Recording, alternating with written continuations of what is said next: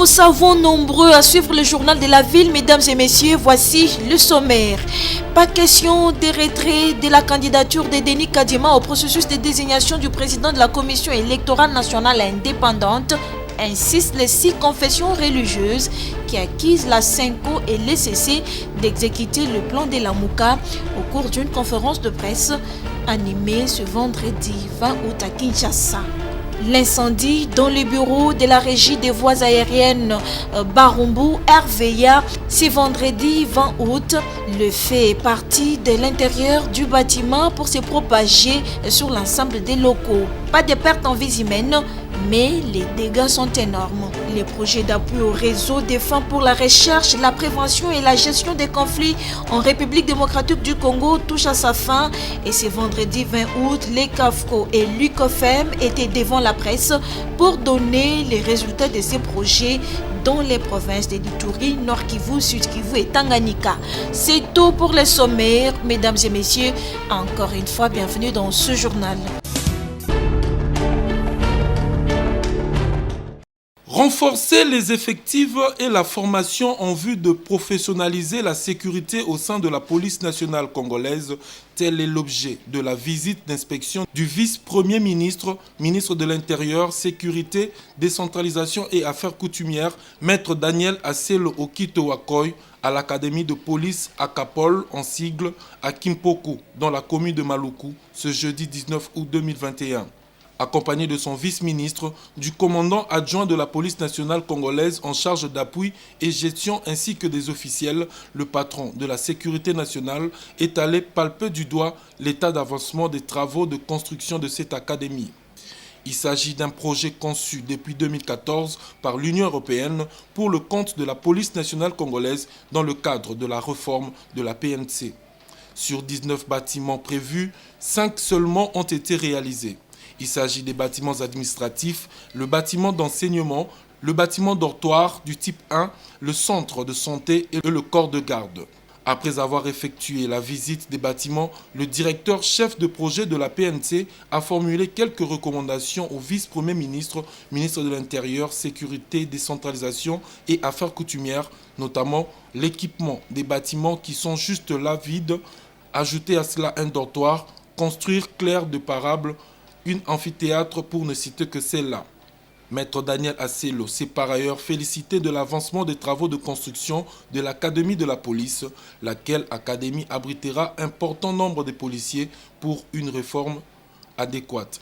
À la suite des réunions que nous avons tenues sous la direction de son Excellence Monsieur le Premier ministre ou sous la direction de son Excellence Monsieur le Président de la République, il nous est revenu de pouvoir nous dire que nous devrions inspecter tous ces sites qui se trouveraient à travers la République pour que nous puissions donner l'information, la vraie, au gouvernement de la République et à son Excellence Monsieur le Président de la République pour que ce qui est nécessaire soit fait et alors le plus rapidement possible pour que la République ait des effectifs qui puissent permettre à notre peuple de se sentir à l'aise, de se sentir effectivement pris en charge par la police nationale congolaise.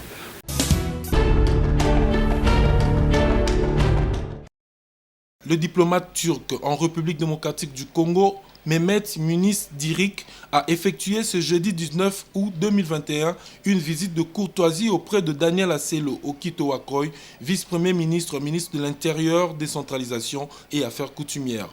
Cette rencontre, qui intervient après la présentation de lettres de créance du diplomate turc au chef de l'État en mi-juillet dernier, consacre l'excellence des relations bilatérales et de coopération entre la Turquie et la République démocratique du Congo. Les deux hommes d'État ont émis le vœu de les renforcer davantage à l'avenir.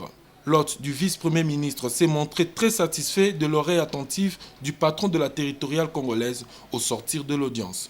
Nous avons revu nos relations bilatérales et nous sommes très contents tous les deux de nos relations bilatérales et de coopération et nous sommes d'accord d'avancer encore davantage les relations bilatérales dans le domaine de M. le vice-premier ministre aussi.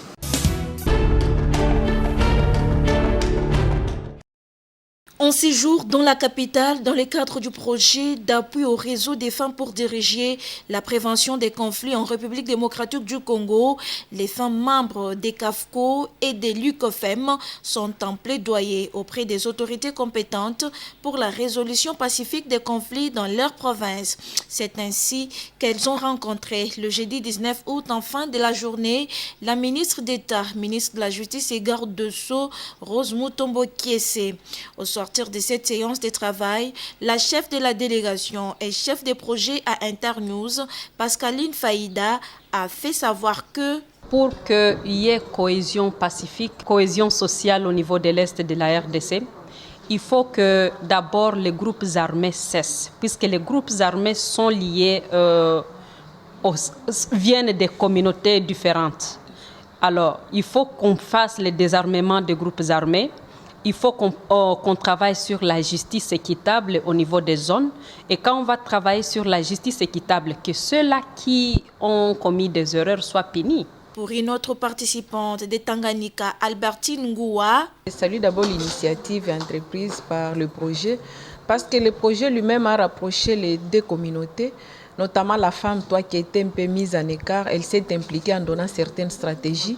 Là, nous avons même réussi à faire sortir certains milices au niveau de la province. Et pour sa part, la ministre d'État, ministre de la Justice et garde de Sceaux, Rose Mutombo, a félicité ces femmes des terrains pour leur bravoure et efficacité sur terrain qui ont permis d'avoir des résultats probants concernant ces projets.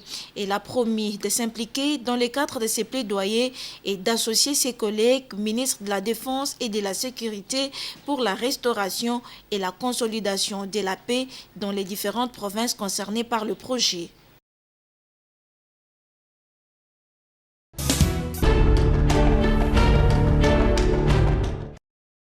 L'essentiel sur la vaccination contre la COVID-19, c'est le titre du livre écrit par le professeur Dr Steve Aouka Mundeke, incident manager au secrétariat technique de la riposte contre la COVID-19. Préfacé par le docteur Jean-Jacques Mbongani, cet ouvrage a été présenté au public ce jeudi 19 août dans la salle de conférence de l'Institut des recherches biomédicales à Kinshasa en présence du ministre de la Santé publique, Hygiène et Prévention, de plusieurs personnalités, des éminents professeurs, des invités des marques ainsi que des partenaires. Avec 3 parties, cet ouvrage est écrit dans l'objectif de répondre aux questions que la population congolaise se pose sur les vaccins et la vaccination. Du haut de la tribune, différentes personnalités ont tour à tour félicité et loué l'initiative de l'auteur pour le travail abattu. Puis est venu le moment tant attendu, celui du baptême du livre par le ministre de la Santé publique, Hygiène et Prévention, Dr Jean-Jacques Mbongani Mbanda, en ces termes. Je tiens à féliciter le professeur Aouka pour ce travail de sensibilisation, de vulgarisation, parce que c'est une contribution à l'effort du gouvernement en lien avec la campagne de vaccination. Le livre est baptisé au nom du ministère de la Santé publique.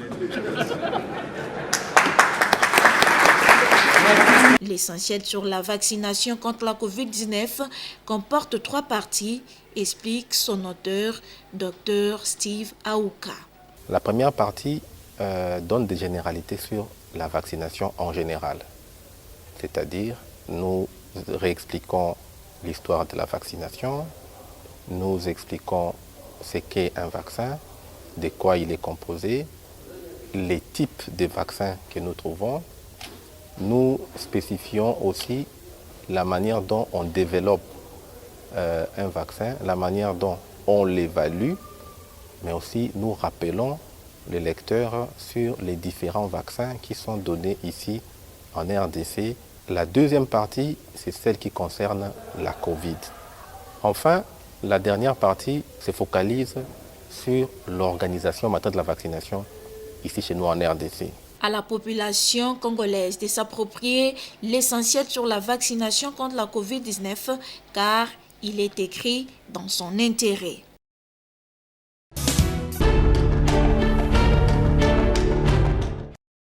L'honorable sénateur Jonas Kamba est directeur général de la société Jonas Trading SARL et notable de Beni a entamé un plaidoyer en faveur des zones post-conflit. C'est dans cette optique qu'il est allé rendre visite au président ad intérim de l'Union pour la démocratie et le progrès social et vice-président de l'Assemblée nationale, l'honorable Jean-Marc Abound, le jeudi 6 août 2021. Au centre de leur discussion, la situation sécuritaire au Nord Kivu ainsi que l'état des lieux de l'état de siège dans cette même province. Ces deux hommes ont également abordé la problématique de l'entrepreneuriat et le développement de cette province. Par ailleurs, ils ont passé en revue plusieurs alternatives en rapport avec les sujets en discussion. Pour sa part, Jean-Marc Abound s'est montré attentif aux préoccupations de Jonas Kassimba et a promis de suivre de plus près cette situation.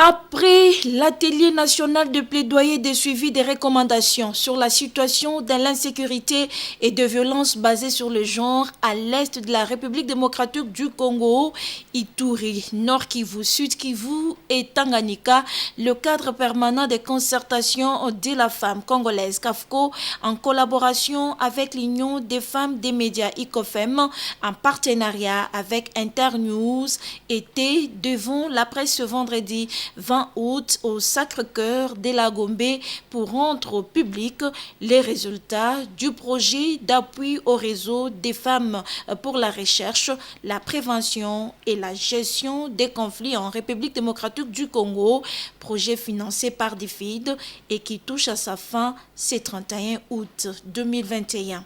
Mimi Mopunga, coordonnateur de ces projets, explique. Nous avons eu à implémenter un projet de 18 mois.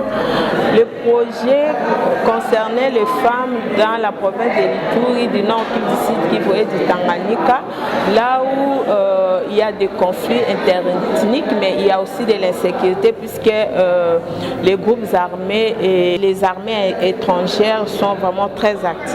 Alors on a dit la plupart des cas, ce sont les femmes et les filles qui sont victimes.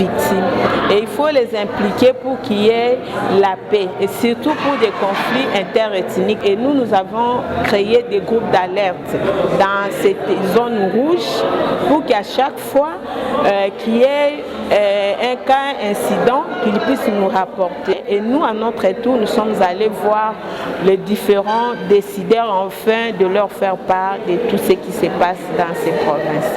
Ils ont promis leur implication personnelle. Venus des provinces de l'Ituri, du Nord Kivu, Sud Kivu et Tanganyika, pour faire rapport du travail abattu sur terrain dans le cadre de ces projets, les femmes sollicitent l'implication des autorités du pays. Les autorités, quand même, ils ont ce souci de travailler, de s'impliquer dans les affaires des populations. Alors c'est ça ce qui m'a fort réjoui. Et ce plaidoyer est venu vraiment à point nommé. Avec l'état de siège, je dirais qu'il y a des avancées qui se font, mais le travail est encore à faire. Bien que ces projets touchent à sa fin, le travail va se poursuivre pour sa pérennisation, a laissé entendre le CAFCO et ICOFEM.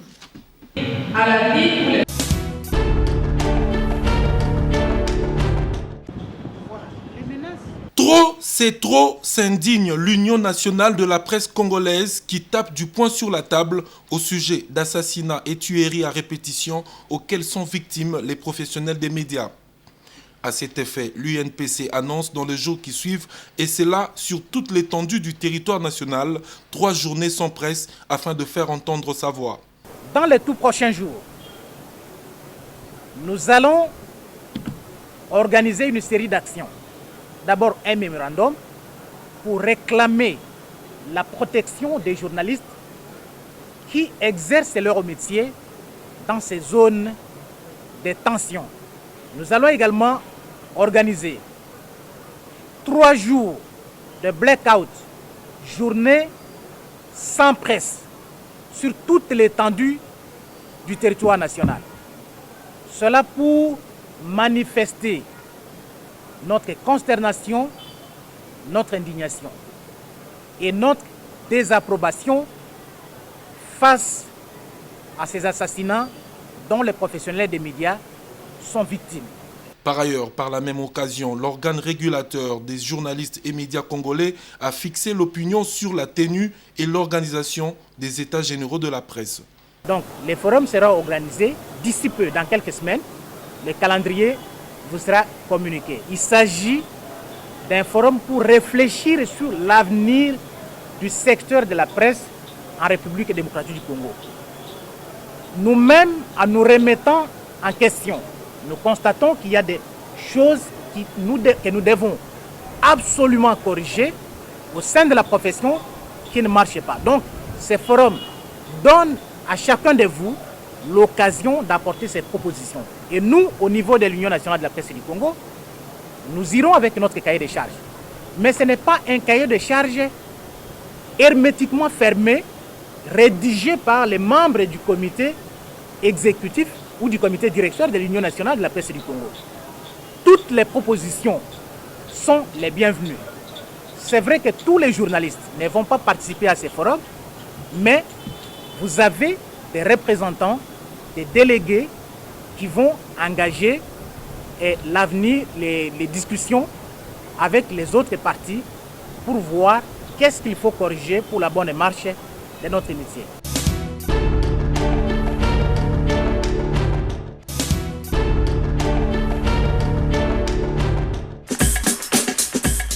Nous sommes arrivés à la fin de ce journal de la ville, mesdames et messieurs.